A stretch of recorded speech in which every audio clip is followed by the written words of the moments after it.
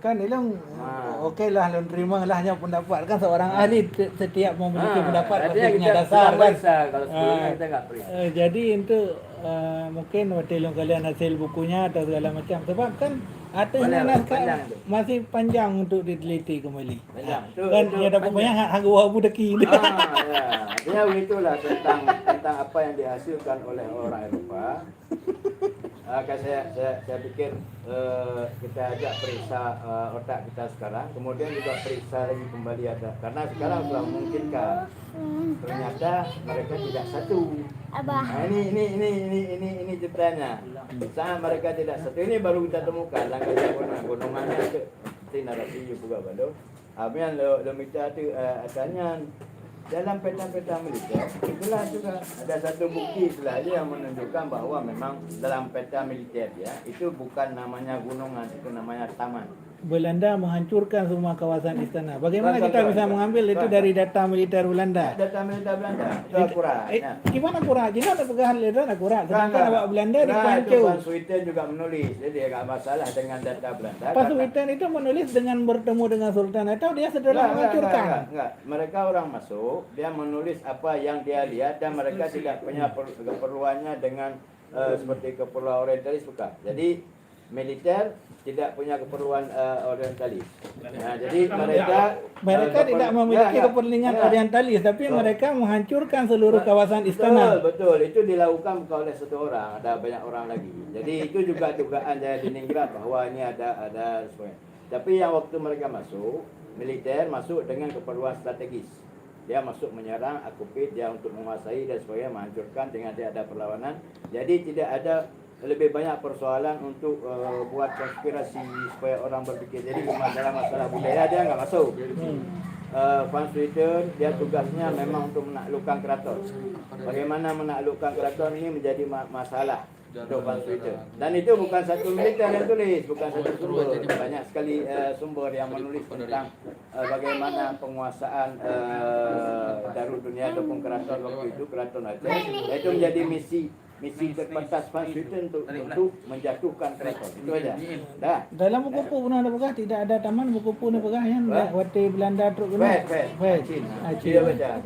Dia nanti anak terjemah terjemah terus. Mana dia periksa. Pakai AI. Kami akan membuat hasil itu saya akan dirilis nanti akan. Okey lah. Jadi itu pemeriksaan persoalan kewenangannya, pemeriksaan literatur dari 1873 sampai 1991. Review dari PAS untuk menyungkit akar itu. Persoalannya bukan itu, memang persoalannya saat ada informasi yang berbeda. Jadi kesimpulannya dan itu logis karena memang mempunyai tujuan berbeda. Jadi sini dikelompokkan etnolog, ada berapa pengelompokan etnolog, kemudian sejarawan militer. Kemudian ada satu lagi pelancong. Jadi semua itu akan diberi nilai saat kita penilaian menurut kompetensi masing-masing. Artinya dia cuma pelancong sekali jalan aja. Kemudian dia bercerita, ada yang berimajinasi, kemudian ada yang etnolog double orientalis lagi. Dia punya tujuan. Antara Sunau Ogranya, kemudian Jaya Diningrat, J. Kramer, T. Iskandar, ini levelnya beda-beda. Jaya Diningrat apakah sealim Sunau Ogranya enggak? Apakah Jaya Diningrat selicik Sunau Ogranya enggak? Jadi berbeda. Itu walaupun mereka murid punya bahkan anak angkat lah dan sebagainya, agak Sunau Ogranya ini untuk Aceh ya. Ini akan berbeda dan jauh peringkatnya dan perlu dihadapi lebih serius dibanding Jaya Diningrat, Iskandar ni orang-orang ikutan aja sebenarnya dan mereka enggak banyak paham dan tapi Sunau Ogranya ya itu memang waktu dalam ekspedisi PI dia bersama Van Hees, dia itu otaknya dia yang mempelajari dan mengerti tentang Aceh. Dia yang mengatakan bahwa tidak ada perundingan dengan orang Aceh karena orang Aceh ada tipu Acehnya tadi. Pengalaman dengan Tengku Umar, padahal itu jadi setelah meninggal Tengku Cidicero Sunau Ogranya dikirim ke Aceh untuk mempelajari perkembangannya bagaimana perjuangan orang Aceh setelah meninggal. Jadi kemudian dia temukanlah dalam model nasihat-nasihat untuk pemerintahnya itu bahwa tidak boleh ada perundingan dengan orang Aceh. karena itu belum kejadian komat. Jadi dia sudah untuk agresif, pukul. Pokoknya pukul ya, hancurkan.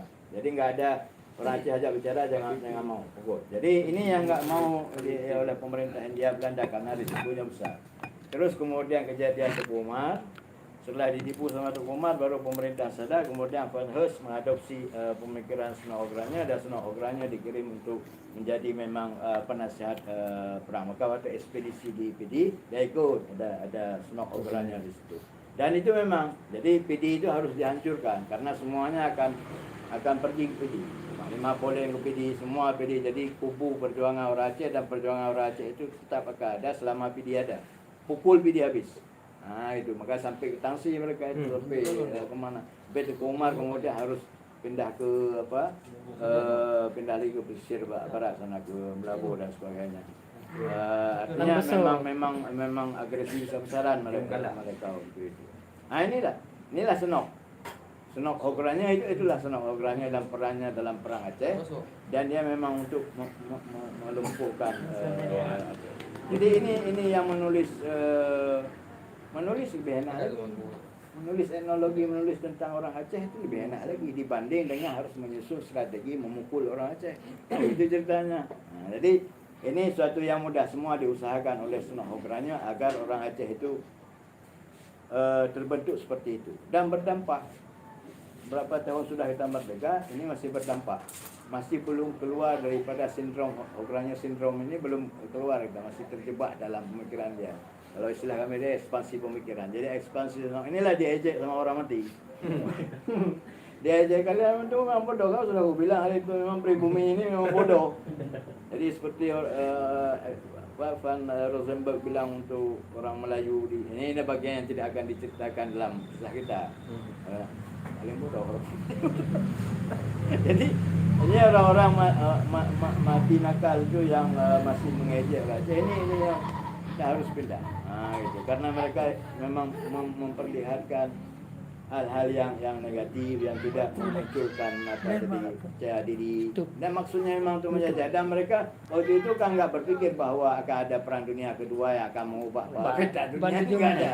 Nah, gitu. Memang mereka berpikir tentang jadi yang pribumi ini tetap harus ditekan. Semua yang baik-baik dari mereka itu bukan baik sebenarnya. Nah itu rencana besar imperialisme, dan Senok adalah orang yang akan mempertahankan hal itu. Jadi jangan munculkan rasa percaya diri pada orang pribumi, karena percaya diri itu akan menghancurkan mereka.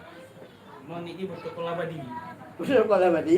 Kemudian kalau percaya diri itu muncul di orang-orang ini, mereka yang habis. Mereka yang harus menanggung dana pemberontakan. Belum lagi selesai ini udah muncul Kalimantan. Jadi habiskan itu dulu. Itu memang kerja Senok, tugasnya itu dibayar untuk itu.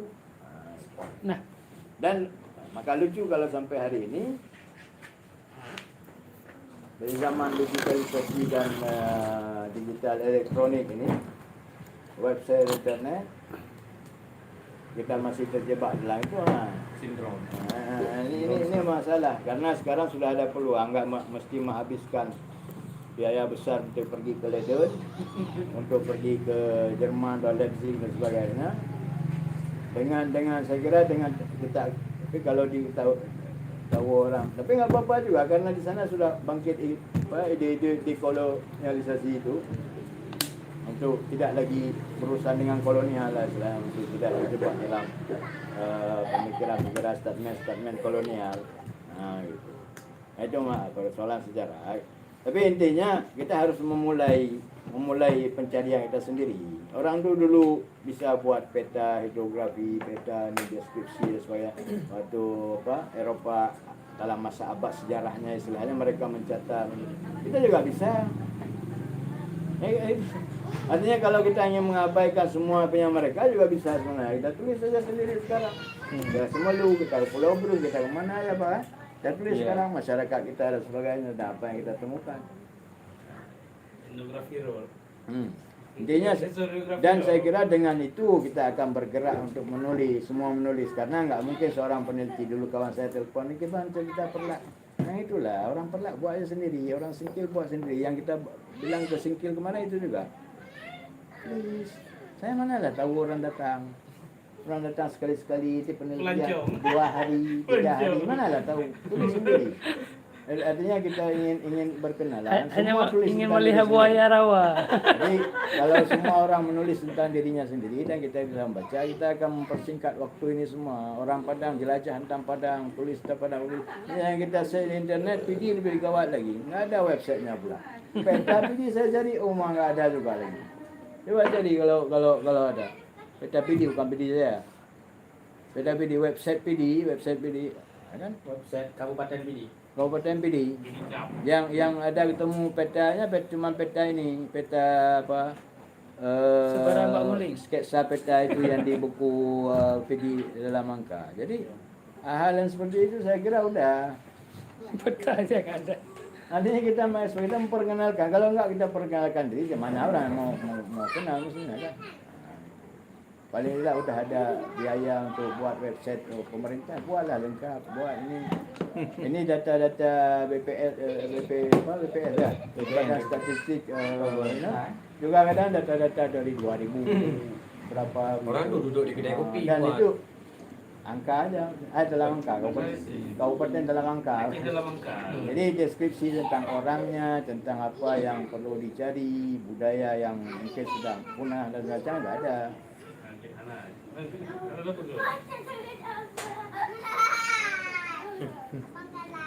Baiklah Pak saya. Jadi Kayak rekam mana lu berapa. lu pernah